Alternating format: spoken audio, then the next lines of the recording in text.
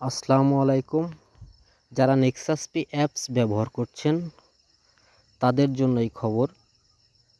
আমার কাছে একটা নোটিফিকেশন আসছে যে ২৬ তারিখ থেকে ৫ তারিখ পর্যন্ত নেক্সাস পে যারা ব্যবহার করেন তারা কোনো ধরনের কোনো লেনদেন করতে পারবেন না। এখানে আপনি নেক্সাস পে অ্যাপের ভিতরে গেলে দেখতে পাবেন, আপনি যদি সেন্ড মানি করতে যান তাও পারবেন না।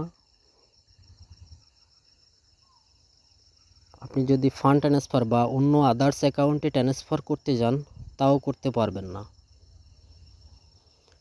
এছাড়াও আপনি যদি অ্যাকাউন্ট ক্রিয়েট করতে চান, নতুন অ্যাকাউন্ট খুলতে যান, তাও করতে পারবেন না।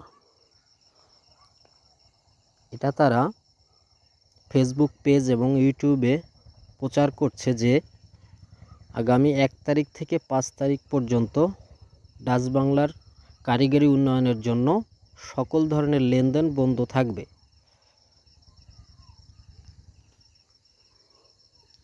এবং এজেন্ট ব্যাংকিং যারা আছে তারাও কোনো ধরনের লেনদেন করতে পারবে না। শুধুমাত্র রকেট যারা আছে, রকেট গ্রাহক, এরা রকেট এজেন্ট পয়েন্ট থেকে লেনদেন করতে পারবে। এছাড়া এটিএম বুথ, যাদের এটিএম কার্ড আছে, এরা এটিএম বুথ থেকে লেনদেন করতে পারবে।